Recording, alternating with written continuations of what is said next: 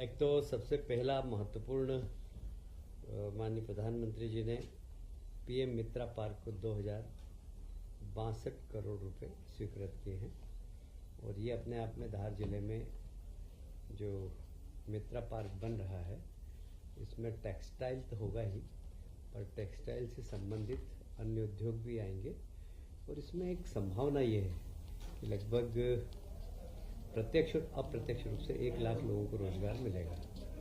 ये क्योंकि आप जानते हैं सबसे ज़्यादा रोजगार टेक्सटाइल में ही मिलता है, इसलिए इसको प्रतिस्पर्धा में हम लाए केंद्र सरकार से और इसलिए उसके माननीय प्रधानमंत्री जी का भी बड़ा ध्यान है और हमारे मुख्यमंत्री जी का भी बड़ा ध्यान है कि कैसे भी ये बहुत जल्दी इस्टेब्लिश हो और यहाँ पर लोगों को रोजगार मिल सके। नरवाई पराली जलाने के लिए कड़ाई से सरकार ने निर्णय लिया क्योंकि पर्यावरण काफ़ी प्रदूषित हो रहा है। किसान भाइयों से निवेदन किया कि हमें ऐसा कोई निर्णय लेना नहीं पड़े जिससे कि आपको दंडित करना पड़े। इसके बावजूद भी अगर कोई किसान भाई पराली जलाएंगे तो उनके किसान सम्मान निधि 1 साल की रोक दी जाएगी। साथ ही उनके उत्पादन को MSP पर खरीदा नहीं जाएगा। तो ये एक हम चाहते नहीं कि इस किसान को दंड दें, पर पर्यावरण के लिए बहुत ज़रूरी है कि किसान भाई अपने छोटे से लालच के लिए बड़ा नुकसान नहीं करें, क्योंकि पर्यावरण नुकसान होगा तो उनके बच्चे भी उससे प्रभावित होंगे। और इसलिए हमारा आग्रह यही है कि पराली नहीं जलाएं। सरकार दंड करना बिल्कुल नहीं चाहती, पर ज़रूरी है कि पर्यावरण ठीक रहे, इसलिए दंडित भी होना पड़ेगा अगर कोई इस बात का पालन नहीं करेगा। 2028 की स्थानांतरण नीति ये मंत्रिमंडल ने आज स्वीकृत की है और इसमें यह स्थानांतरण 1 से 30 मई तक किया जाना ज़रूरी है और 30 मई तक ऑफिस में सारे स्थानांतरण डालना होंगे।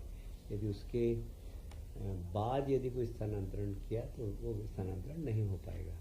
इसलिए 30 मई के पहले सभी माननीय मंत्रियों से आग्रह किया गया है कि वे स्थानांतरण 30 मई तक कर लें।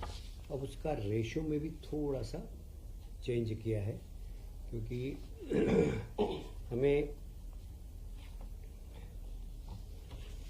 2000 तक जो 200 तक जो पद हैं उसमें 20% तक ट्रांसफ़र कर सकेंगे और 201 से लेकर 1000 तक कुल उसमें 15% ट्रांसफ़र कर सकेंगे और 1001 से लेकर 2000 तक की संख्या तक में 10% ट्रांसफ़र कर पाएंगे। इस प्रकार लगभग 2001 से अधिक को 5%। तो ये एक थोड़ा सा परिवर्तन किया गया है। माननीय मंत्रियों का आग्रह था, माननीय मुख्यमंत्री जी ने स्वीकार कर लिया और इसको हमने ट्रांसफर नीति 1 मई से लागू हो जाएगी। 30 मई के पहले हम इसको करा देंगे। इसमें एक था कि स्वैच्छिक जितने भी हैं उसको भी इस प्रतिशत में जोड़ा जाए।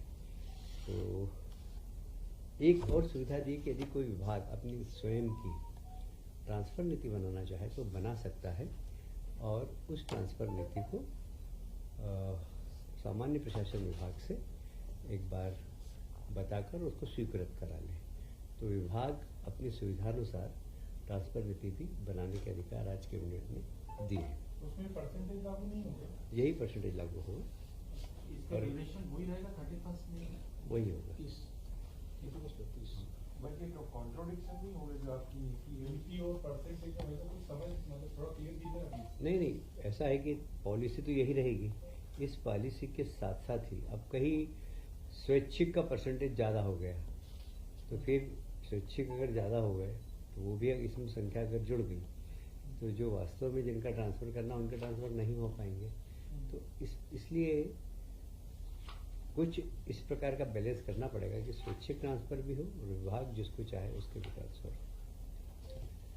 महंगाई भत्ते की किस्त आप सभी जानते हैं कि शासकीय कर्मचारियों की काफ़ी पुरानी डिमांड थी और माननीय मुख्यमंत्री जी ने इसकी घोषणा भी कर दी।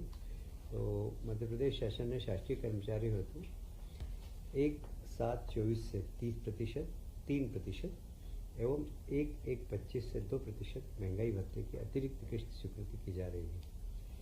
इसके फलस्वरूप अभी तक जो महंगाई भत्ता है वो 55% हो जाएगा और ये भारत शासन के बराबर हो जाएगा। और इसलिए महंगाई भत्ता मध्य प्रदेश वो राज्य है जो केंद्र सरकार के बराबर महंगाई भत्ता हमारे यहाँ के कर्मचारियों को दे रहा है। आपके ऊपर बोझ कितना है? मेरे कैलकुलेशन तो किया नहीं अभी, लगभग 3,500।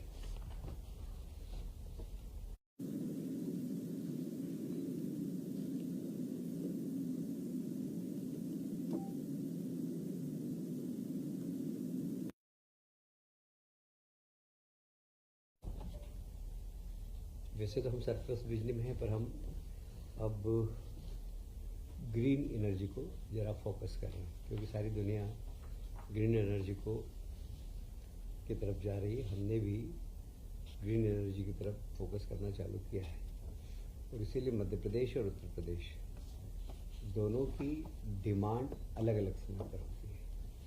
हमारी डिमांड ख़त्म हो जाती है जब उत्तर प्रदेश की चालू होती है, और इसलिए जब हमारे यहाँ बरसात आ जाती है तो वहाँ पे डिमांड चालू हो जाती है उत्तर प्रदेश में। हमारे यहाँ बरसात में डिमांड कम होती है, तो इसलिए मध्य प्रदेश और उत्तर प्रदेश दोनों संयुक्त रूप से मिलकर एक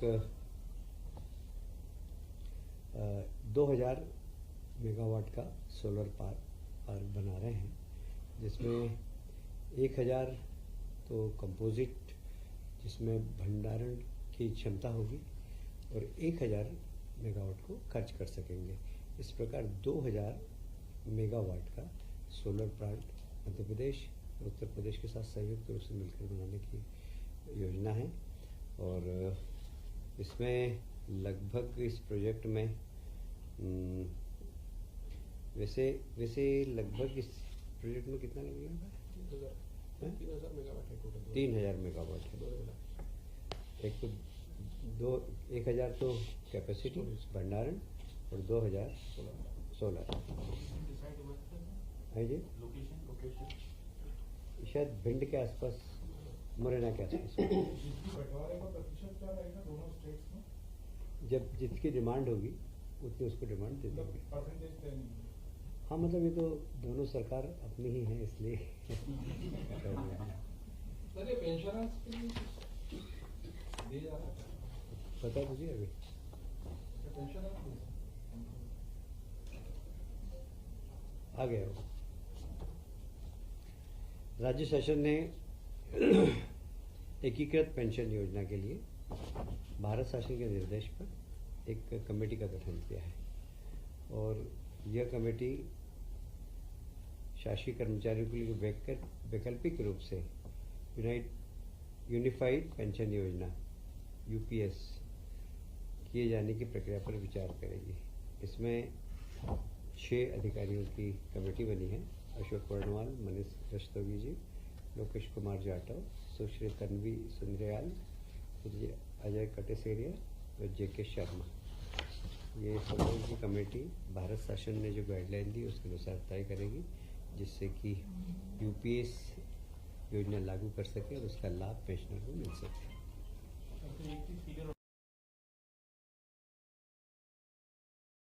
दोनों निधियां बंद कर दी जाए।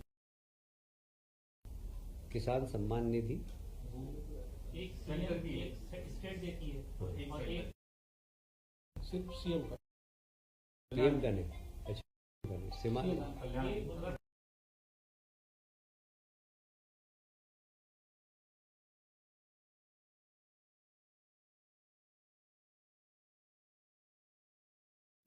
वैसे ये 15-20 दिनों